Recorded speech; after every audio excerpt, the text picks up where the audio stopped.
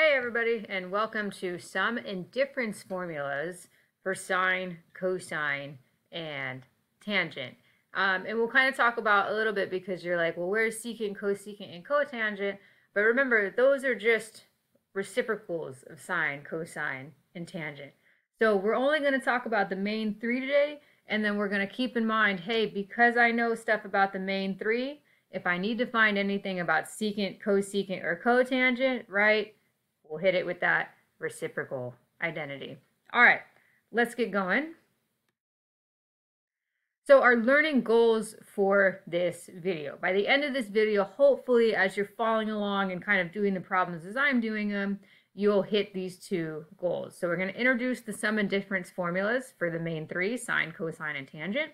And then we're going to use the sum and difference formulas to evaluate these guys in expressions, and we're going to see how to evaluate them in kind of three different instances. Okay, so no repeat problems here.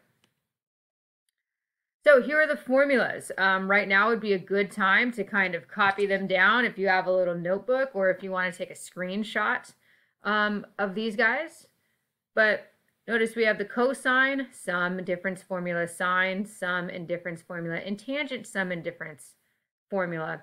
And notice that all of these guys are just difference by a plus or a minus, right? Exact same formula, plus minus. Exact same formula, plus minus. The pluses and the minuses are different. So one way to remember this, cosine, so the way that I remember it, well, if it's A minus B, the cosine, I think of, oh, the different sign. So it's the different sign in the middle. Okay, same thing, cosine. So if I'm adding, I'm subtracting. Okay, cosine. So think opposite sign here for cosines. For sine, think same sign, right? Plus and plus, minus and minus. Same sign. All right. And then tangent is a plus, minus, and then it's a minus, plus. All right. So let's use these guys and see kind of what we can do with them, right? Because formulas by themselves, it's not like, oh, that's great. This is a bunch of words and letters and stuff. But why is this important and what does it matter? All right, so let's see. So what if I get the problem and it just say, hey, can you evaluate cosine of 75? And I have a little unit circle down here for reference because up until this point, you know, we really only know how to evaluate cosine, sine, tangent, or our main six of these very specific angles, right? 30, 45, 60, our unit circle values. Or we plug it into the calculator and we get a kind of nasty decimal.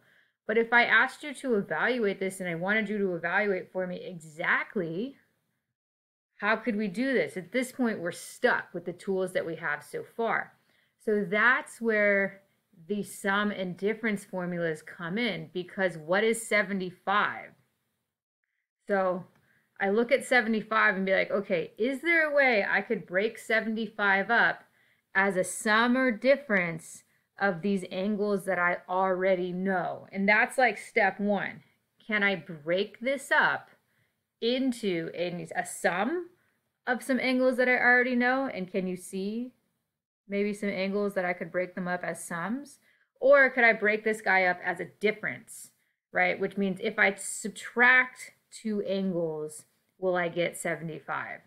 Well, I can see if I add 45 and 30 together, that'll get me the 75.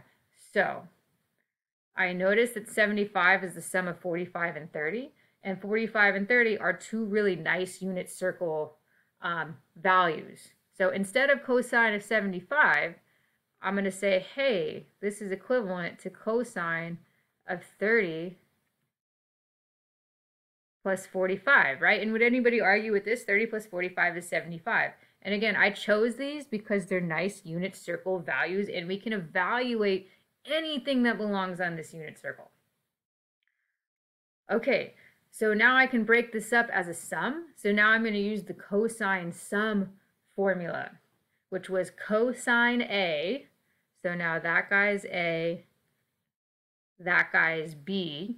So cosine A, cosine of 30. And now read off your formulas here for the addition formula for cosine. Cosine of A. Cosine of A. What's next? Cosine B. So cosine then, my B is 45. Okay, is this a plus or is this a minus? Well, I'm doing cosine, so opposite sign. So that will be a minus. And then I do sine A, sine B. Sine A, sine 30. Sine B, sine of 45. And these two guys are being multiplied, and these two guys are being multiplied. So now I cruise over to my unit circle if I don't have it memorized. Cosine of 30. Hey, here's 30. Cosine is the x value. All right, I know that guy's root 2 over 2. Sorry, root 3 over 2. Excuse me, I misspoke. Cosine of 45. All right, cruising by 45. Cosine, x value, root 2 over 2. I got ahead of myself a little bit there. Minus sine of 30. Oh, look, 30. Y value. All right, 1/2. You can see now how this very difficult problem is now just being, it got turned into a problem of stuff that we know, right? And that's a lot of trick. Well, can I turn it into something that I already know? Sine of 45. 45 sine is the y value, root 2 over 2. Perfect. Now, all I'm going to do is some arithmetic. Straight across the top, straight across the bottom. When you multiply radicals together, you multiply their underneaths together, under the radical. 1 times root 2 is root 2. 2 times 2 is 4. Root 4 is equal to, or sorry, this was root 3, right? That's right. See, I even screwed up myself. Root 3 times root 2 is root 6. There we go. Root 6 minus root 2 is root 6 minus root 2. There's nothing we can do with these guys. I'm not going to combine in any way. 4 is my denominator, so 4 is going to stay my denominator. And I can either have this if I want to make it into one fraction, or if I want to keep it as 2 fractions, this is if it needs to be separated in any way. All right, so now we're done. We evaluated cosine of 75 exactly using the addition formula for cosine by breaking 75 up into 2 known values, right? So really utilize your unit circle here. Instead of cosine 75, again, I'm like, I don't know what that is, but I do know 30 and I do know 45, and I can break it up into a bunch of stuff that I do know, and I can work with that, okay? So this is the first type of example. Evaluate sine, cosine, or tangent of some maybe unknown degree, but maybe we can make it into a composition of some addition and subtraction of some degrees that we already do know. And that's how addition and sum formula are valuable in this case. All right, let's see a different type of example of how we can use this.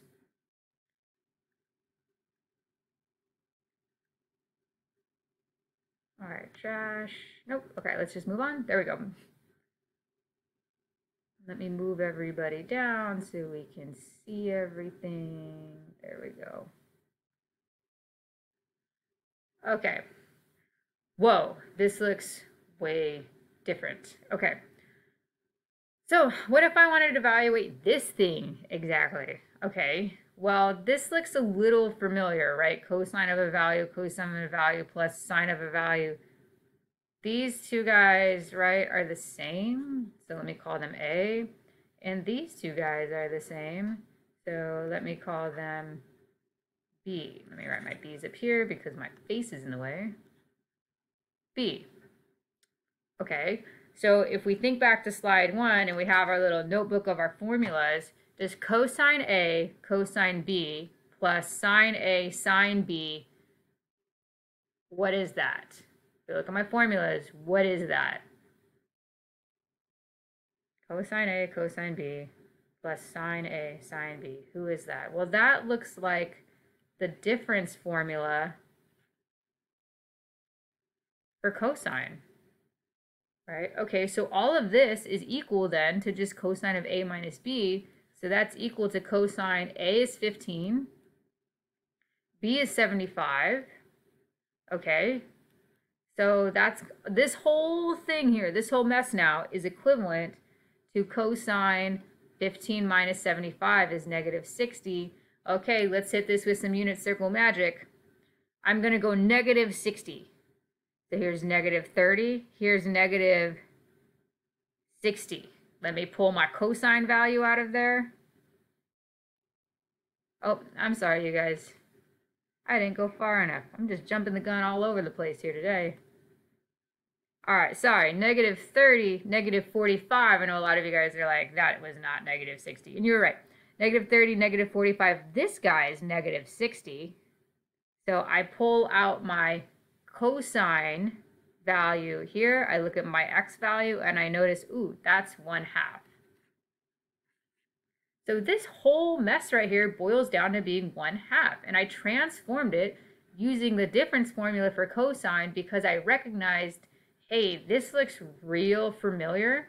And then I used the difference formula and I plugged in the A and I plugged in the B, and then I went back to my unit circle and I luckily got a solution. Perfect. Okay, so another instance of a sum and difference formula. And this could have been the cosine addition formula. It could have been the sine addition formula. It could have been the tangent sum formula, right? Either way, remember, formulas go one way and the other way, right? Equality works both ways. All right, what about this? Oh, let's get into radian land here. Sine of 7 pi over 12. So let's think about this. Do I have a 7 pi over 12? Oh, I wish I did because this problem would be really easy. I don't. My best thing I got here is like an 11 pi over 6 probably, but no, I don't. But is there a way I can make 7 pi over 12? Well, what is 7 pi over 12? Well, it's 3 pi over 12 plus 4 pi over 12. Right? Okay, let me reduce. Divide by 3. Divide by 3. Divide by 4. Divide by 4. Okay, so this is really sine of pi over 4 plus pi over 3. Do those work? Pi over 4 is this guy. Pi over 3 is this guy. Perfect. I can figure out sine of 7 pi over 12 because it's really the sum of pi over 3 and pi over 4, and I know those values because those are great unit circle values. So let's hit this, and we're doing addition, so let's hit this guy with the addition formula for sine. So sine of A plus B, right? And just A and B are just the two things you're adding together. So here's A, here's B. All right, follow your sine addition formula now. So we start sine of A. A is pi over 4. And then who's next? Cosine B. Cosine B. Okay. I'm using the same sign. Sine uses same sign.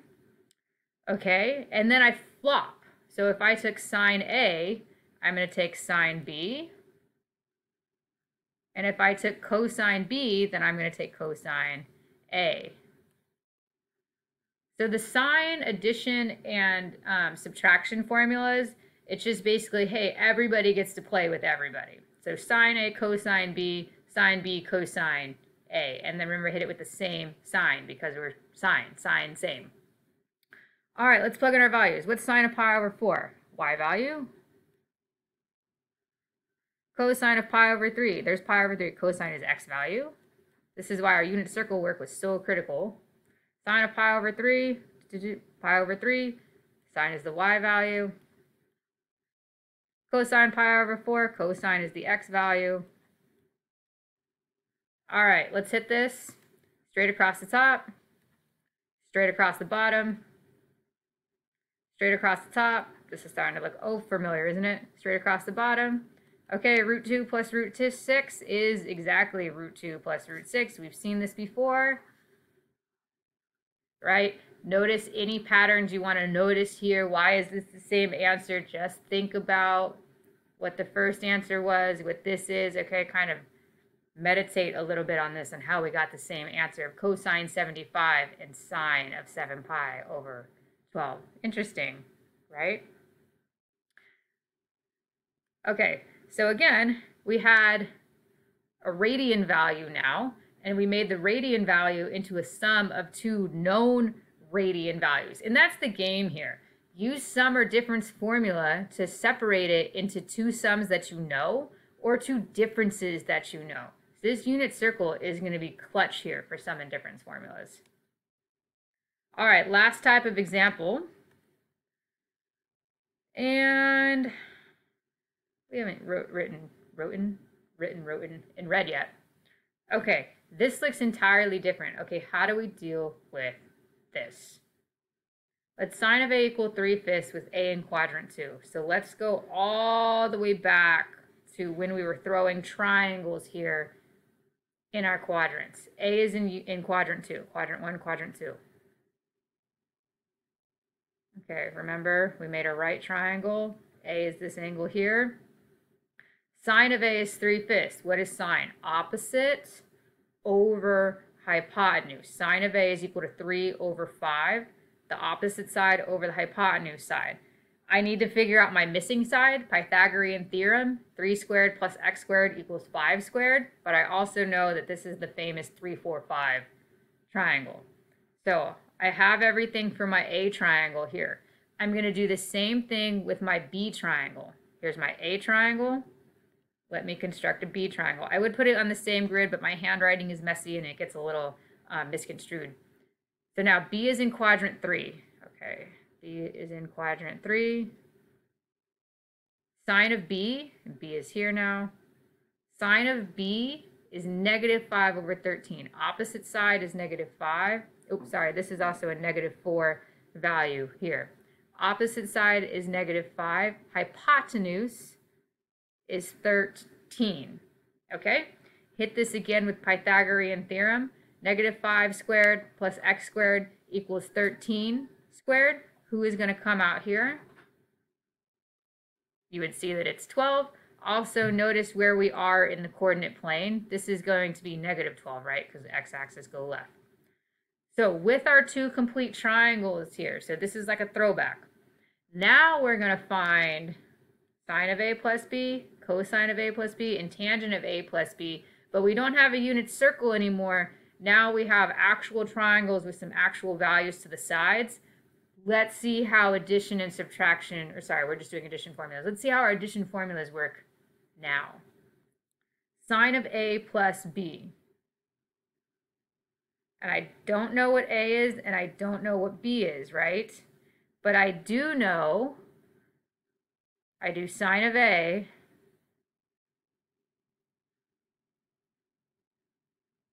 and then what is sine of a? Oh, sine of a is 3/5. Oh, cool. Sine of a is 3/5. Cosine b.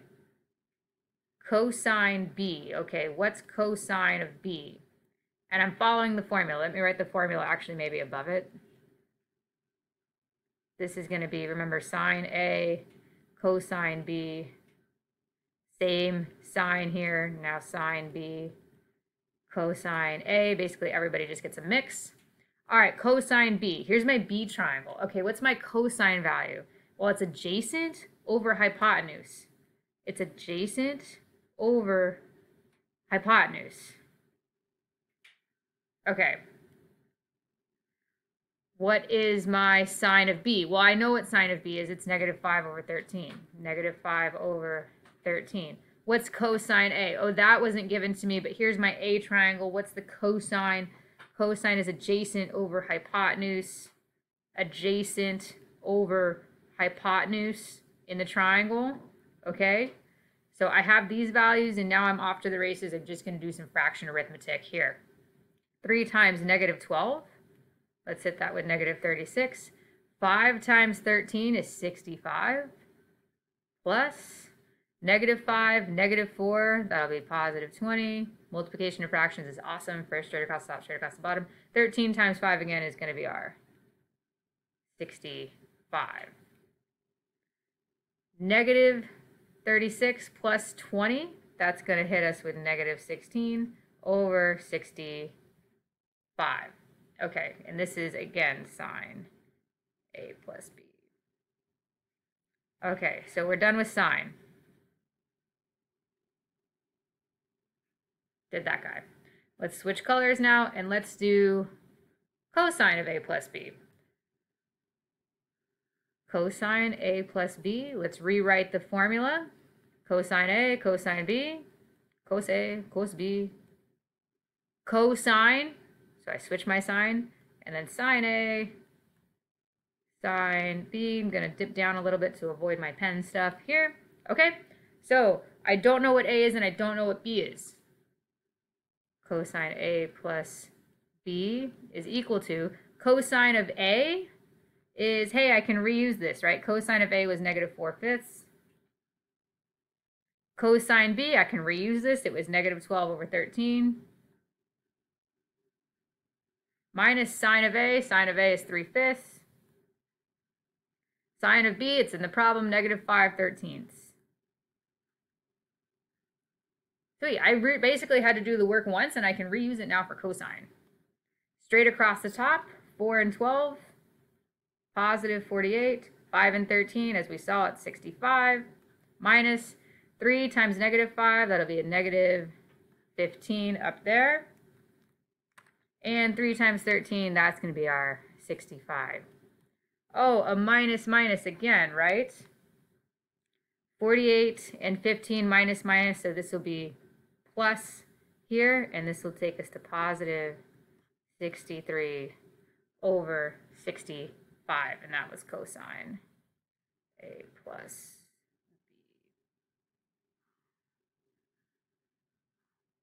b. All right, let me switch one more color so that we can hit the tangent here. And I think I'm going to put the tangent up top a little bit. So here's the question. If I know my sine value and I know my cosine value, how can I get my tangent value? And there's an easier way than using the formula. What's the relationship that I know about tangent? Well, I know tangent of a plus b is equal to sine of a plus b over cosine of a plus b, right? Use those reciprocal identities. Use those ratio identities. Smarter, not harder. And I already know what sine of a plus b is, right? It's -16/65. And I already know what cosine of a plus b is. It's 63/65. Dividing by a fraction is the same as multiplying by its reciprocal. So numerator stays. Dividing by a fraction, so here's my fraction, multiply it by its reciprocal, so the denominator here is going to get a nice flip. Hey, my 65s now, boop, boop. So my remaining answer is -16/63, and that is my tangent of a plus b. So what we just saw is also a way to identify secant, cosecant, and cotangent, right? If I know sine, then what would cosecant be? Oh, it's reciprocal. If I know cosine, what would secant be? Oh, it's its reciprocal. If I know tangent, then what would cotangent be? Oh, it's its reciprocal. So even though we don't have, or we didn't explain explicit formulas here to how to find secant, cosecant, and cotangent, remember, if you can find sine and you can find cosine, you can find everybody, because everybody else is just a relation of sine and cosine, right? Even tangent. Tangent is just sine over cosine. Secant is 1 over cosine. Cosecant is 1 over sine. Cotangent is cosine over sine. Everybody is just a relationship of sine and cosine. So if you get real good at sine and cosine, you actually know the other 4, okay? So any questions at all? I know that was a lot. Sum and difference formulas, what they are is they're a lot of getting used to. So my suggestion now, of course, as always, is practice, practice, practice. Practice, make mistakes, correct. Practice, make mistakes, correct. And eventually things will become faster, things will become easier, but you gotta practice. You'll never, ever, ever get anywhere without practice. All right, so go out, make mistakes, and then of course, any questions, please don't hesitate to ask.